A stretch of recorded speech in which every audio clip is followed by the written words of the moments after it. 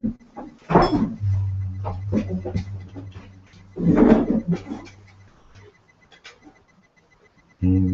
Hashem besimcha, Idus Hashem besimcha, Idus Hashem besimcha, Idus Hashem besimcha, v'yelefanav v'yenana, Yelefanav v'yenana, v'yelefanav v'yenana, Yelefanav v'yenana, Idus Hashem besimcha, Idus Hashem besimcha, Idus Hashem besimcha, Idus Hashem besimcha, v'yelefanav v'yenana, Yelefanav v'yenana, v'yelefanav v'yenana, Yelefanav v'yenana,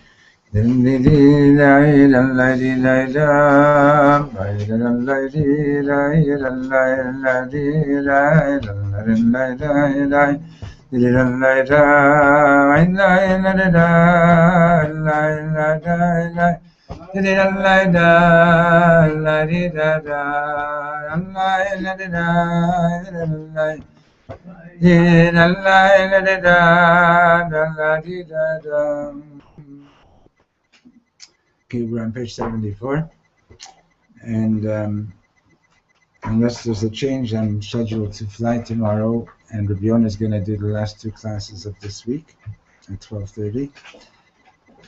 And I hope that we have good news. I hope that our learning is going to be to the benefit of all of Israel. And yesterday, I saw a clip from the Fabrengen with the Lubavitch Rebbe from years ago, and he was talking about how, as no matter how well equipped the Chayalim might be, they have to be alive. And in order for them to be alive, we bring life into the world through Torah. And it's through Torah that we bring life into the world and to our people. So we're actually say, how do you say the oref in English? No, it's the backup to the army. What's it? Home command. We're the home command. You understand that by our learning, we're bringing down Jewish life energy to our soldiers, and they should be protected and come home safely and succeed. Okay, so we're on page 74, and the last thing that we learned was Reb Shlomo was telling us about his uncle, Rabbi Yosef Karlebach, the Karlebach family was like there were two big rabbinic families in all of Germany. It was the Karlebachs and the Biberfelds,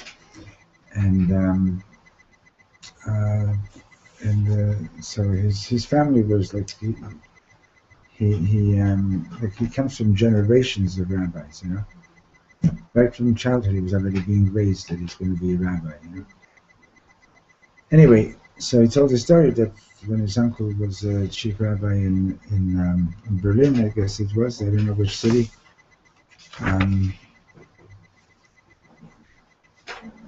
Tova, you got a job today. Okay.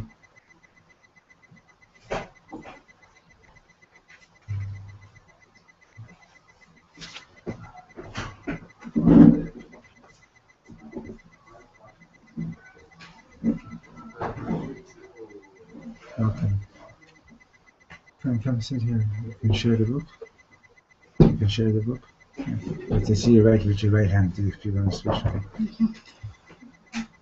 Okay, do we have another one? I need another one. Okay. No, it's okay. You can have it anyway.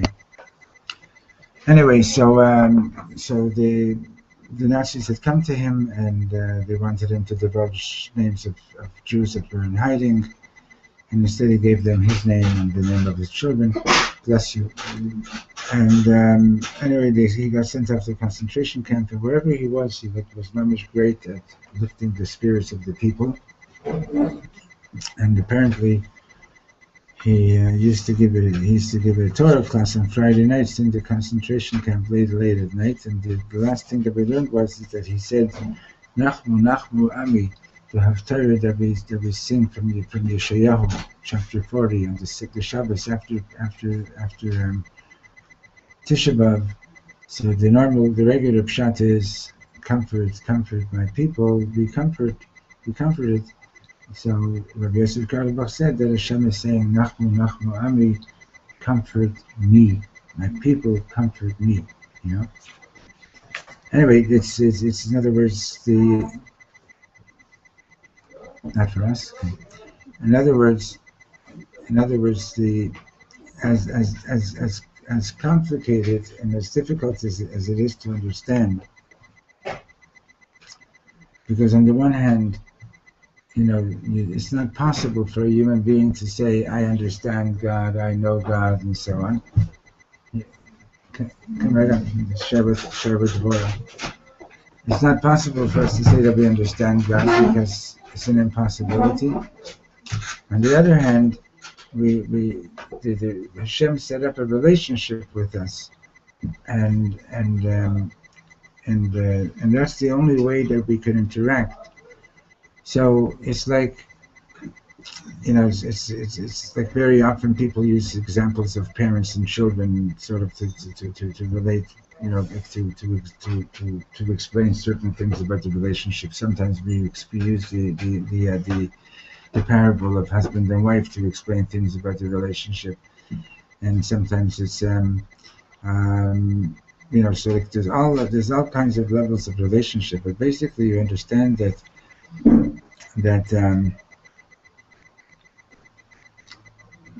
if there's a relationship, if there's a real deep relationship, there's no such thing as one person in the relationship or one partner in the relationship being harmed without the other one suffering.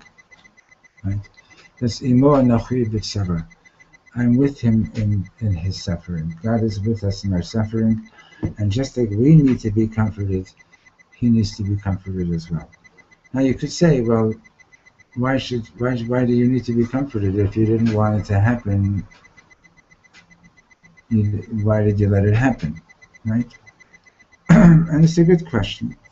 The only thing is that we're talking about a relationship that Hashem set up in such a way that, like, there's a story in the Gemara that Rabbi Shlomo, Kohen Gadol, Rabbi Shlomo, the high priest, who was the last Kohen Gadol of the last Beit HaMikdash, he relates that one Yom Kippur, as he was leaving the Holy of Holies, a Kasriel HaMalach, which is another name for the Shechina, says to him, Yishmael Beni, this is in the Brachos of Zion, Yishmael Beni, my son Yishmael, give me a blessing. Bracheni, give me a blessing. And he turns around and he says, I bless you that your compassion should overcome your anger, should be more powerful than your anger. And the Kasriel HaMalach, so to speak, nods, in other words, as if to say Amen to the blessing. So what does that mean? God asking a human being for a blessing. Like when you're davening, when you're making a blessing on food, when you're davening the Amidah, whatever it is that you're doing, right? When you say Baruch Atah Hashem, blessed are you, God. Did God ask you for a blessing, or are you doing it because That's what you want, right? Before you need light again, the clouds came in. He's right behind you. You know which one? The small one.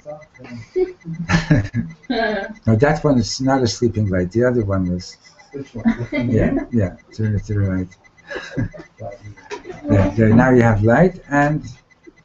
Yeah, but if the lights are dim and with your wonderful voice, I can even put myself to sleep here. I know. We should, if you're lucky I don't advertise this as a sleeping clinic, because then the place will be packed. Sit with Moshe and share. Moshe. This is Moshe also. M&M, where are the candies? It's M&M,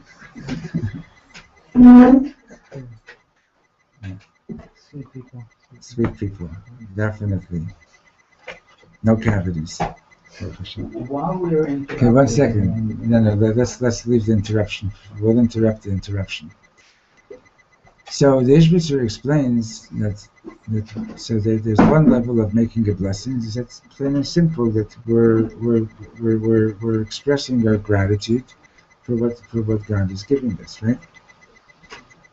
There's another level of blessing, and there's more than one level of blessing, but another one is that Chassidus explains blessing.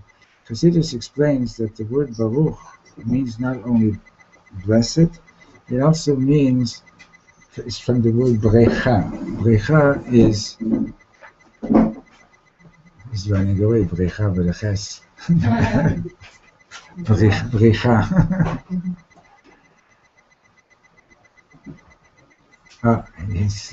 He wanted to welcome again. Okay, here we go. My Rebbe is here. Oh, Mayor's here. Okay, good. I have to open up the door. You want to sit with your Rebbe, or you want? I can look at this. I could turn that. That'd be so fun. Tova, give me the fetcher for the air conditioner. How you going to give me that? Yeah. I want to close the window. No, you don't have to close the window. We'll just get a little bit of cold air in here with it. That's all. Thank you. It's actually getting hot again today. Right? Anyway.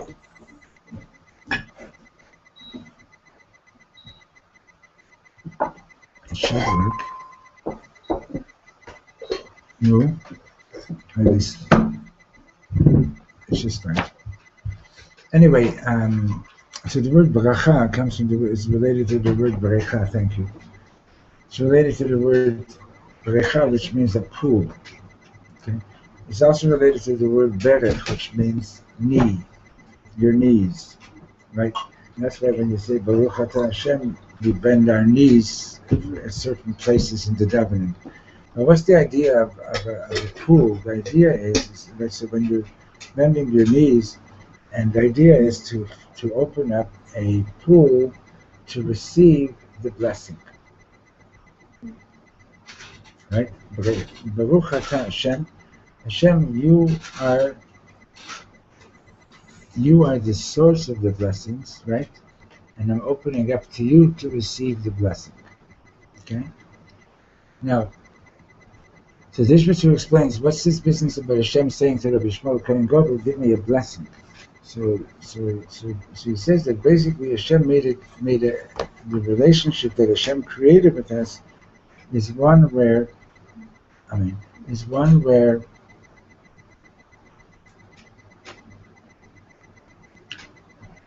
He is giving us the ability to motivate Him to give the blessings, to share the blessing. Understand? I don't know if the word motivate is the one that I really want, or to stimulate, to arouse Him. In other words, He's saying to you, to Reb Shlomo Kohen Gadol, I need you to draw the blessing into the world. I need you to arouse me. By you giving me a blessing, you are arousing me to provide the divine life energy that you're looking for. Okay? So So when you say, for example, when you're making the prayer for healing or for parnosia or for whatever it is, right? Hashem is saying, please say these blessings because you arouse it in me to bring these blessings into the world. That's a special relationship that Hashem set up with us. Okay? It can only be because He made that relationship with us. Understand? And He made this relationship with us, and being that it's a real, true, deep relationship, being that our souls are chelik elikami mamish, our souls are a part of Hashem, literally so. Okay. In other words, the connection is not just a chitzoniyut connection; it's a pnimiyut connection. It's not just an external connection that, like for example, you go into the store and you want to buy some food, so you get the food and you pay some cash, right? That's an external connection. Oh, I did so many mitzvahs, I deserve such and such reward. That's a very superficial connection with Hashem. The deeper connection with Hashem is altogether different. Is that not only are you my life energy, right? And not only are you my deepest essence, but I'm part of your deepest essence as well. And when you're in pain, I'm in pain. When I'm in pain, you're in pain. When you're b'simcha, I'm b'simcha, and vice versa. It's an interactive relationship. Even though philosophically, there's nothing that you can do to disturb God, so to speak. There's nothing that you can do. You can't. What are you going to? God, I got a birthday present for you. It's Rosh Hashanah. Here, I got you a Rolls Royce this year, and I'm also going to sound the shofar.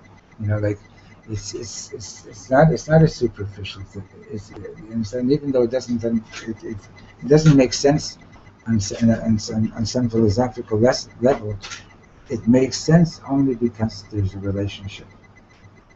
Because God cares and we care. Okay? So that's the idea that the Blessed Karlach, the piece we learned yesterday, that Nachmu Ami, Hashem is saying, not only that I'm going to comfort you, but know that I need to be comforted also. Not only are we going through this hardship now, right? All of Israel, and Hashem is also not. We can't imagine that God is not sitting there and having a good time with what's going on. And this is this, yeah. And I didn't understand it then. And I went home thinking about this, and I still didn't understand it. And woke up this morning thinking about it. Why did God need to be comforted? Why did God need any emotional input from us? He doesn't need. And I thought about this. When it came to mind, what is our status insofar as God is concerned? I think the Jewish people are the only ones which I mentioned that we are God's children. God showed them Shabbat Rabbanim. So I related it to my own and my children too. When they hurt, I hurt too. And when they're happy, I'm happy too. Perhaps that's what it means. Yeah, that's what we're saying. We hurt in whatever sense that is. God is so connected with us that God hurts too. And when we are healing and when we are comforting, we extend the comforting hand to God. See, correct. That's what we're saying. Now, understand also. This is sort of I'm going a bit on a tangent, okay? If somebody says, "Can you prove that there's a God in the world?" and the simple proof is, take a look and see what happens when Michal and Meir get together.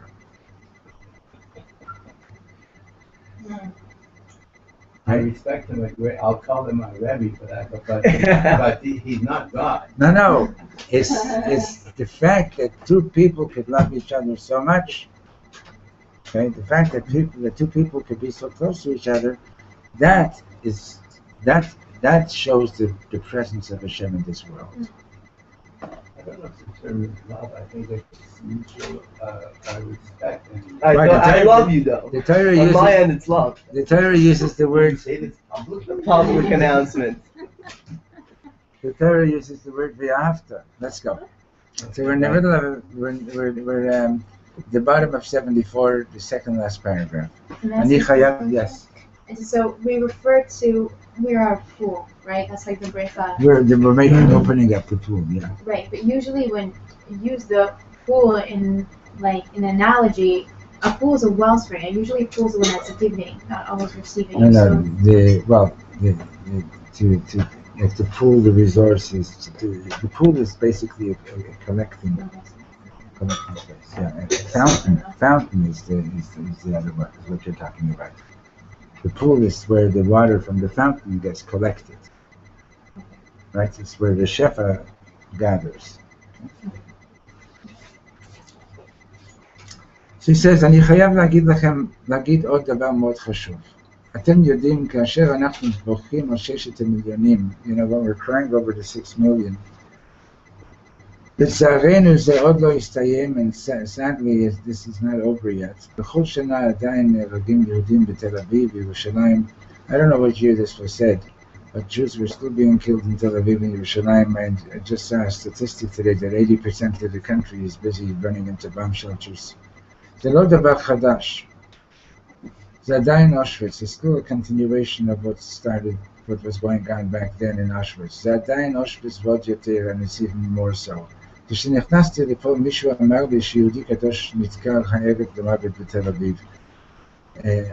When I came here tonight, somebody told me that somebody was stabbed to death in Tel Aviv. ועכשיו אנחנו ב6 מיליון באחד, so that brings the number to 6 million and one, right? 100 פעמים באחד. ואתם יודעים מה אני מתכוון 6 מיליון באחד? Do you know what I mean when I say 6 million plus one? הם לא נלחמים בישראל, הם נלחמים באחד. The enemies of Israel, and we're not talking politics now, so don't mix it in with politics, although if you want to later you can try, but we're going back to something of the Gemara.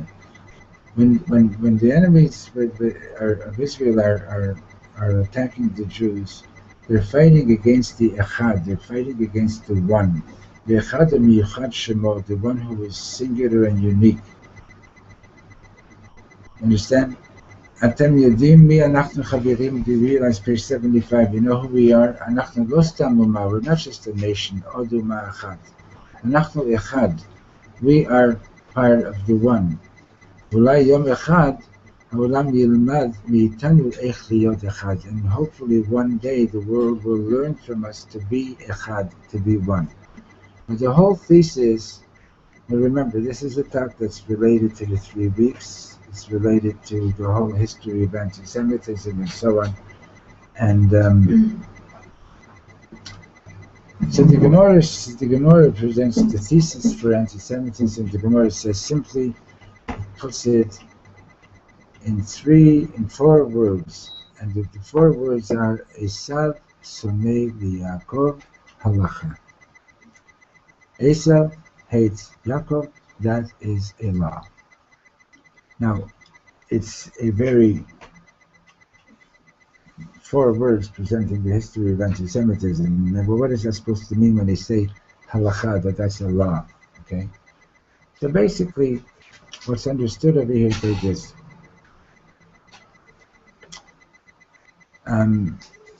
Did you ever study game theory in your work? No game theory. Anybody studies game theory and so on? How does the game basically work? Basically, you're trying to do something. I think there's a lot of Canadians here today, so forgive me, Americans, but we're talking about hockey, right? Now, in hockey, you want to score a goal, you want to get the puck into the net, right?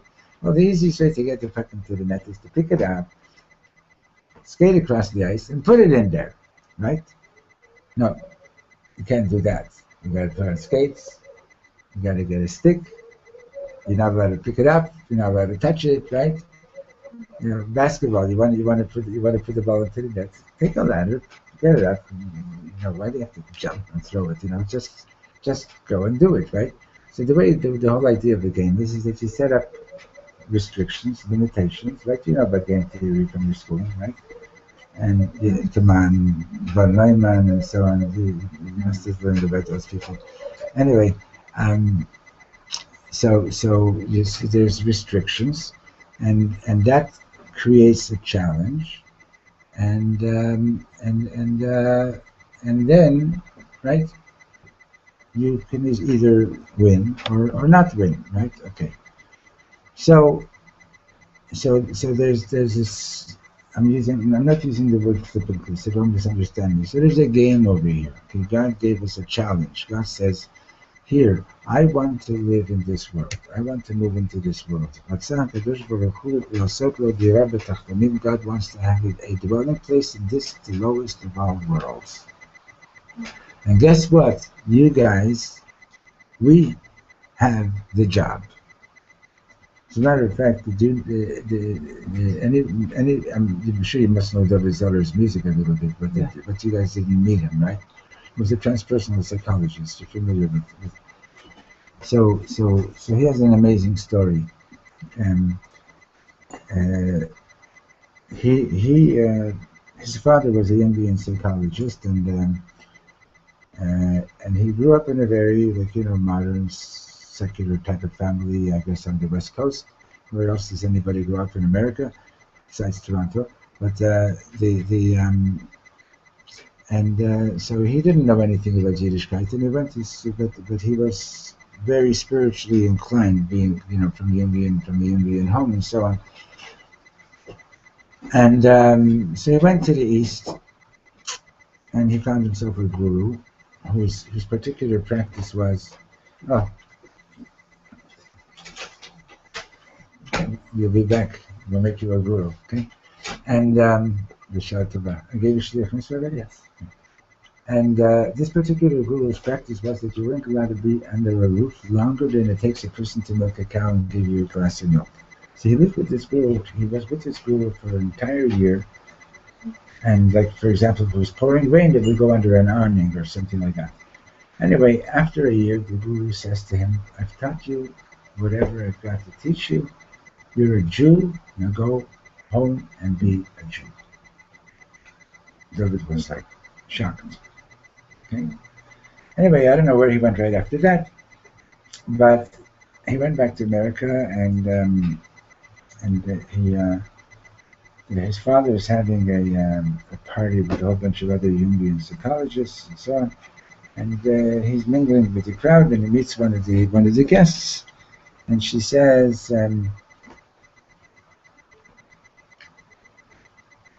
She said, and he was already doing speaking tours. She says, "You ever go down to New Mexico?" And he said, "No, not yet." But she says, "Well, if you go down there, there's a Shinto priest that I think you should meet." So he says, "Why?" So she tells him, apparently, there's sandbox therapy is from Jungian work. Yeah. So she was a therapist, and there's some kind of therapy where they give kids like boxes with sand and they let them draw patterns and so on and so on. And she said that she noticed when the kids were doing these activities that very often the patterns that they drew were similar to Shinto's patterns and symbols. So she wanted to study that more. And she went down to meet this Shinto priest in New Mexico.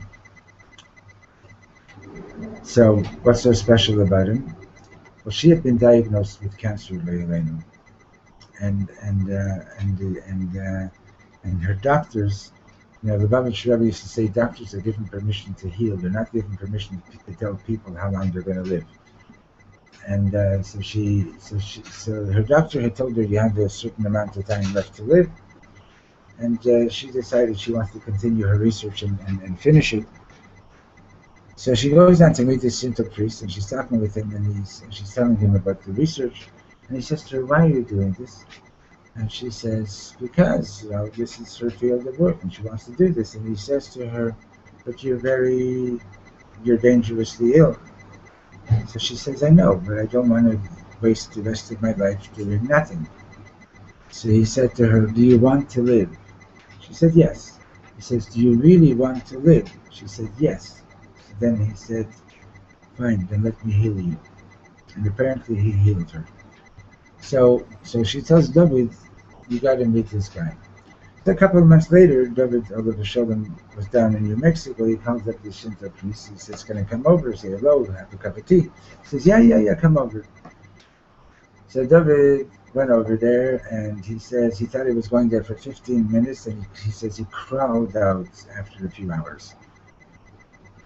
What happened? They're talking, and the priest says, "I got to tell you a story from their tradition." The story is that many, many years ago, man already had been created, and God sent a number of holy souls down to the world. Now, this is being told in a way of parable, and to enlighten people, to make people aware that there's something other than just this world alone. And one day he sort of God gathered all these enlightened souls together for a conference, and said something like, "Oh, you're all doing a great job, but I want somebody who can teach people to make every activity that man does, even the most physical activity, to raise it and make it holy." And at that point, this one started coughing, that one dropped his pen, and this one had to go to the bathroom, and there was only one person left in the room, and that person's name was, guess? Moshe. Seriously, this is the story that he's telling David Zeller.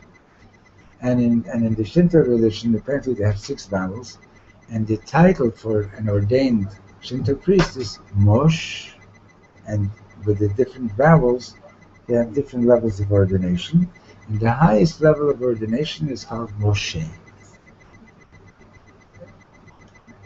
There's a book on that. Now, what I forgot to tell you was that before he told him this story, he says to David, he says, "You Jews have to make the world more conscious of God." And David said to him, this I forgot to tell you this, forgive me. David said to him, "Why us Jews? I just came back from India. They have a wonderful religion over there. Maybe they're responsible for it too." He says, "No, it's wonderful, but you Jews are responsible." Then he said, "I also just studied Native American stuff." And he says, "Yes, they're also wonderful, but you Jews are responsible." And no matter what he said to him, he says, "You Jews are responsible." And then that's when David said to him, "Where are you coming from?" And that's when he told him the story about Moshe. Okay. Now it's interesting that they have that tradition. David Zeller says that's when it finally clicked for him, because he couldn't understand why do we have all these physical mitzvot. If relating with God is a spiritual activity, what's the difference what you eat? What's the difference, like, if you're living here or if you're living there? What's the difference if you're fasting or not fasting, etc., etc.? That's when it clicked for him that the idea is that even a physical activity such as eating, procreating, etc., etc., is all meant to be elevated to a level of Kedusha. Now, it's also interesting that he said that had any rabbi told him that, he wouldn't have accepted it. But hearing it from a Shinto priest, like that's whom he had to hear it from. Anyway, a short while after that is when he first met Shlomo Carlebach, and that's a whole other story. So he's got a whole book of stories of some of these amazing people that he met. In any case, what am I getting at? Okay, the echad, right? We're talking about the aspect of a Jew according to the Torah. Okay? V'yitem li sibula mikol ha'amim, v'atem tiyu li mamlechet kohanim v'goy kadosh, v'lakachti etchem li la'am. There's a relationship, there's a marriage between Am Yisrael and God. Okay? In some contexts, our existence in the world is that we are the witnesses to the existence of God. Okay? You've heard of some Christian group that they call themselves the witnesses, right? Yeah, they don't pronounce that first word because they're trying to pronounce Yud Kei Vav Kei and it's not correct, okay? But we are the witnesses. It's actually a verse, it's a phrase in the Navi. Atem Eidai, you are my witnesses. Okay? Now, it's a double-edged sword. On the one hand, the world wants us to be exactly what we're meant to be. and whenever we try to be like everybody else, the world turns around and says, no, you're not like everybody else. Just this morning, somebody gave me a statistic of, and again, I'm staying away from the politics right now, but it's an interesting, you see the point I'm trying to make. How many Muslims have been murdered in Muslim countries, in Pakistan, in Syria, in other countries? I don't hear the world screaming about it, right? But when something happens over here, the world starts to scream. Now, I'm staying away from the politics now, because the world is saying to us, you are not like everybody else. Okay? They basically want us to be the holy Jews that we're meant to be. Now, they don't think that way. That's not what they're thinking. That's the way God is playing the game. Okay? And Hashem is waiting for us to bring His presence into the world in the highest and most real way, and at which time, like the Navi says, all the nations will come and say, we want to be part of this oneness too. Okay?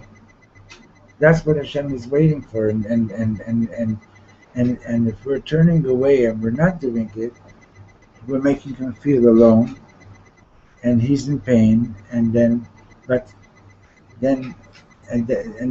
He's using all kinds of strategies to remind us that we're not like everybody else. Okay? Now, the hardcore anti-Semitism is the concept there is they don't want to hear about God, so they say kill the witness. That's what's behind the hardcore anti-Semitism. Why? Because God is an interference with people doing whatever they feel like doing. Right? There's a world, there's laws of nature, right? Laws of nature you can cope with. You can figure it out. You can send your kids to school and they'll become physicists and mathematicians and this and that and so on, right? And by laws of nature, this is the way this is the way it should be if I do this is the way it should be if I do that, and so on and so on. And basically, the more your technology allows you to do, the more shlita, the more power you have over your environment, etc., etc. And then if God shows up, He makes problems. Okay, so people, the yeshut, the ego of people is such that people don't want this relationship. because then that makes you a servant of God, that makes you subject to God. Okay? So he's saying that all this that's what's going on, it's not stam a people called Israel. It's a people in a relationship with Hashem Echad, and whatever is happening with us is also relating with Hashem as well. Okay? So if we need to be comforted, Hashem also needs to be comforted in a certain sense. But it's we who can comfort him, And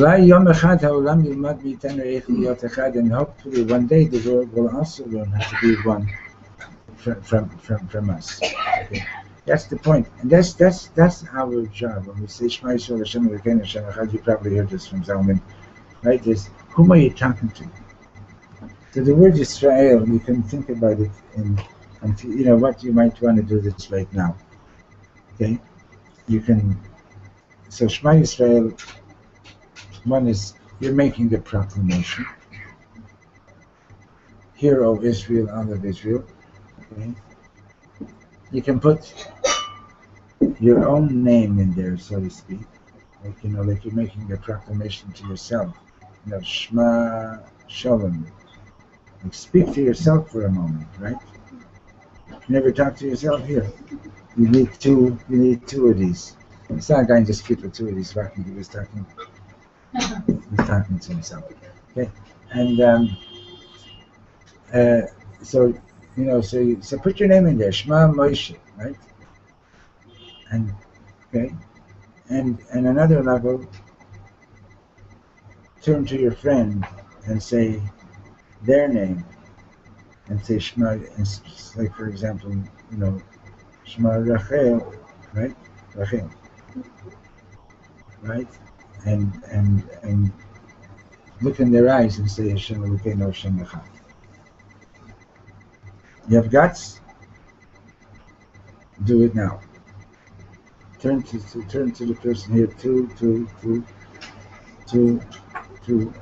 I'll go with Mayor. Okay? And look at the person in their eyes. Say Shema, but instead of saying Israel, say their name, and continue the verse. Understand what I mean? Okay, so here's your partner. You want to go first? That's very silly. Yourself? Shema, Shalom, Hashem, Adonai Eloheinu, Adonai Eloheinu. No, you have to have serious kavanah over there.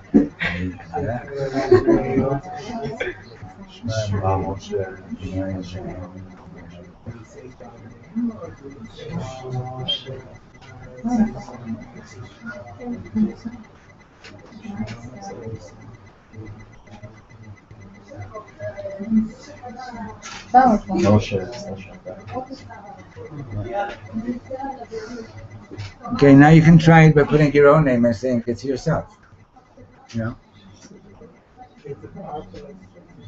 Huh? I actually meant what I said. Yeah. Is that how one is supposed to feel? Yeah. Okay. Now that's. Before we go further, Can you wait a minute or two? Okay. I've been waiting all my life. Listen, I have to behave myself because I'm sitting next to your Rebbe. No, if you behave yourself, I'm not going to go. Anyway, okay.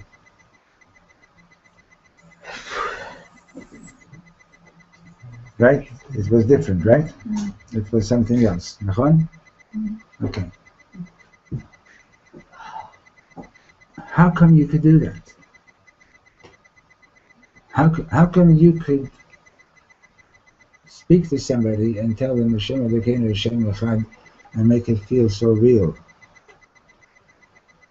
Because you're part of the oneness. We're part of the oneness of Hashem. And it's not just something written in a book or a scroll or something that you just read.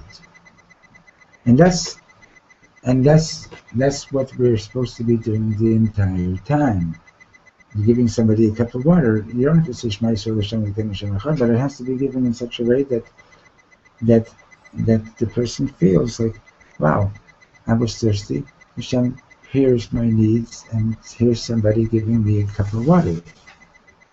Okay, or good morning, or whatever it is. Okay.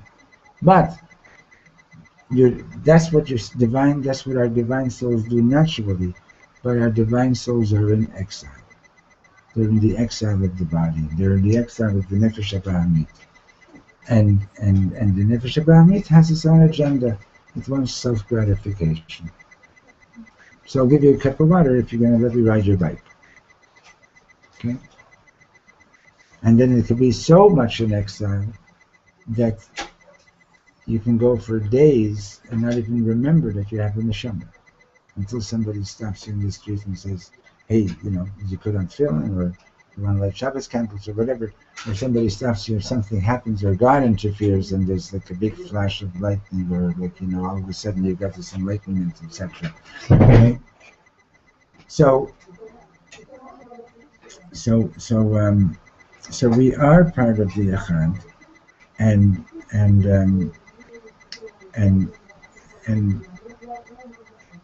it's like, like you love somebody very much and you want to come into their house and they're not opening the door, right? You're in pain, right? But if your mother doesn't let you into the house because you came back with the car at 4 a.m. instead of, right, at 11 o'clock at night, she's in pain too. Right? Now these are parables that we use to understand about the relationship, because we have no other way we're humans, we have no choice but to use human language and human concepts, okay? So but the problem with the parable of the analog is that it's not meant to be taken totally literally, okay? But it's basically just to illustrate an aspect of the relationship. So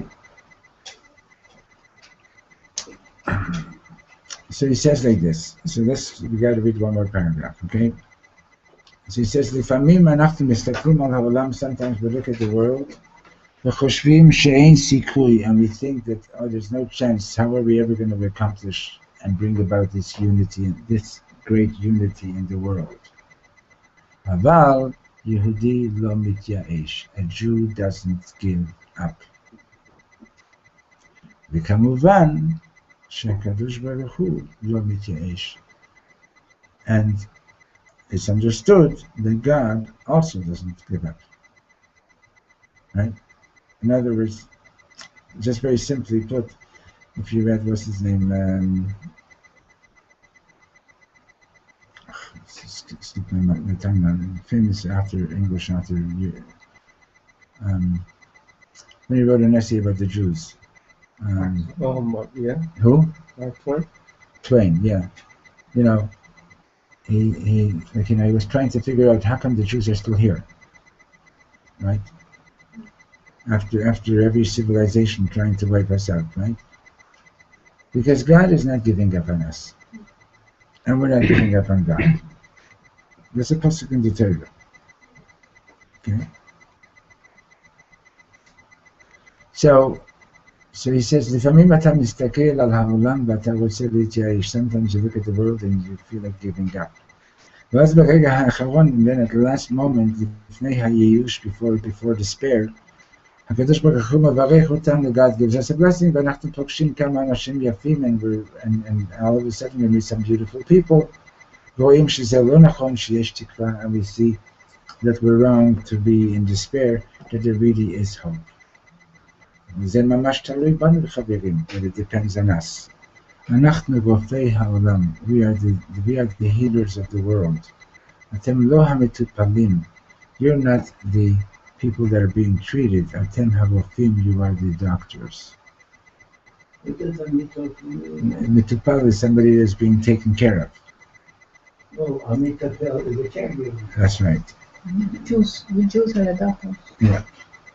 And that's what the world wants, is that we should do our job. But there is like a contradiction in what you said before, like saying that on one side they're asking us to behave like Jews, but on the other side they don't like when we bring consciousness. So there's a natural antagonism. In other words, in other words, there are hardcore wicked people. Okay, like Power was a hardcore wicked person. Okay, Hitler was a hardcore wicked person. But generally, most people are not. They're open. They're open enough that if you share with the if you show them how they can be connected, they appreciate it. Okay, there's a whole group of in the States, the Bnei Noach. They're very devout and they're keeping the 7 mitzvot of Bnei Noach. And Rabbi Satan goes and teaches them, and Chaim Richman and so on. And they're mamish like, they're not interested in becoming Jewish. There's no reason why they should be. And but they're mamish like, they're learning the Torah of the 7 mitzvahs. And they're connected. Okay? And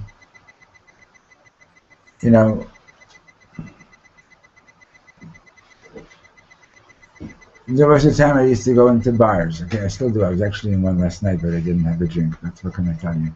I didn't go there to drink. I went to speak to somebody. But okay, so and the French Canadians would come over and they would talk to me, and they didn't want to talk about whether they weren't interested to see if I know about hockey or if I play hockey. That was maybe an opening line of the conversation. They wanted to know, what do you have to share with us? And if I would share something holy with them, they were like wow, and so appreciative. Okay, because it's a natural thirst in people to want that, but there are actual rishaim, and people can be manipulated to be wicked, etc., etc. That's the reality. The same Arabs who hate us today, they could be our best friends and love us the most tomorrow. Okay. There are some among them that they're already, like Power is so far gone, I doubt that they're ever going to do any trick. Okay. But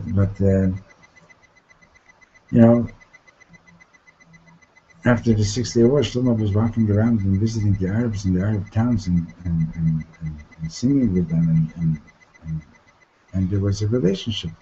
He said the politicians didn't allow it. The politicians didn't allow them to do that. Okay? But in any case, so Mark Twain, was trying to understand, how come the Jews are still here? And the answer is because we're part of the Echad, and Hashem might, put us through, and has, terrible historical events, but we're still here, and because He's not throwing us out. He's saying, you're going to do your job. You're not getting off the hook. This is our relationship. This is our role, is to bring Hashem's consciousness and presence into the world. And it's not done by thinking that you're better than anybody. It's not done by forcing it on anybody. It's done by doing it with respect and with love, and sincere yearning for it to be that way. So during these 3 weeks, right, that we're in the midst of right now, right, we just it was a week ago today that we fasted, right? So there's another 2 weeks of the 3 weeks. This is a dark time in the calendar. This is a time that Esav's power is strong, and we need to know that number one, for sure, don't give up. And number two is keep in mind, look at that famous Hasidic aphorism, a little bit of light dispels a lot of darkness.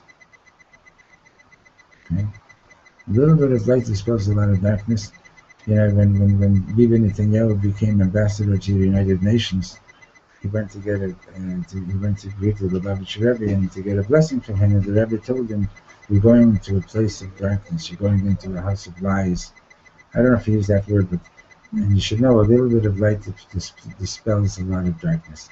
And when he spoke in front of the UN a couple of years ago, he quoted what the Rebbe told him that, so. You know, we have to keep on bringing holy light and energy into the world. If you're on the front lines, you know what your job is. If you're not on the front lines, this is our job. Is to bring that chiyut, that Jewish life energy to all our people, to all our soldiers, and eventually the world should finally see and should openly say, this is what we want from you. You know? And we should have the good Shlomo. So, I don't think I'm going to be canceling my trip. If I am, then I'll be here tomorrow for the shir, but otherwise you'll be on. And then we start, so we finish this week, we take a break this week, and then we start again in first week of September. September the 1st, I think, is a Monday. And so if anybody's not getting our emails, please give us your email, or we'll put you on the list so that you can be updated and so on. Okay, thank you for being here. There is another class tomorrow morning at 7:30. In your honor. My honor. Yes. You? Yeah, Tanya. Yeah, No, tomorrow. Maybe we'll give it a shot. Yeah. We'll give it a shot. Where's Yehuda? I heard he's in Yerushalayim. Yeah, he came back. So where's he? We're supposed to come for class. I don't have it this weekend. I just spoke to him up. I saw his wife was here this morning. Yeah. Tanya was here. There's no, just so you should know, there's no charge for this class. If you're giving tzedakah, that's fine, but there's no actual charge, okay? So